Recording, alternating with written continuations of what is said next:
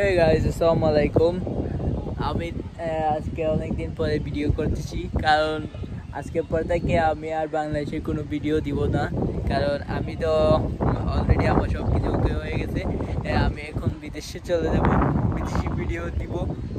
তাহলে আমার বিদেশি ভিডিও যদি আপনারা দেখতে চান, বিভিন্ন ধরনের ব্লগ দিয়ে থাকবো। আপনারা যদি আমার ব্লগ দেখতে চান তাহলে আমার চ্যানেলটা অবশ্যই সাবস্ক্রাইব করে রাখেন। আর আপনারা যদি আজকের মতো আবহাওয়াটা যদি আপনারা পেয়ে থাকেন তাহলে ভিডিও কমেন্ট বক্সে জানান।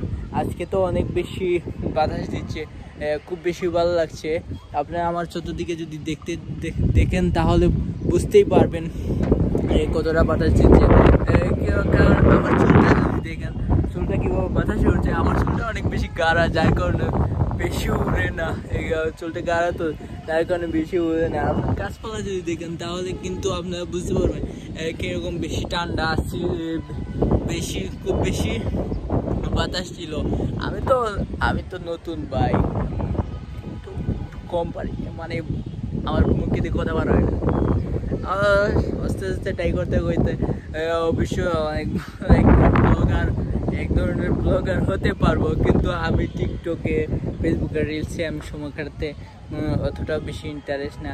কারণ আমি প্রতিনিয়ত চাই ইউটিউবে ব্লগ ভিডিও আপলোড করতে, বিভিন্ন জায়গায় যেতে, আমার সাবস্ক্রাইবারদেরকে দেখানোর চেষ্টা করবো বিভিন্ন জায়গায় গিয়ে ব্লগ করে কোন জায়গায় কীরকম।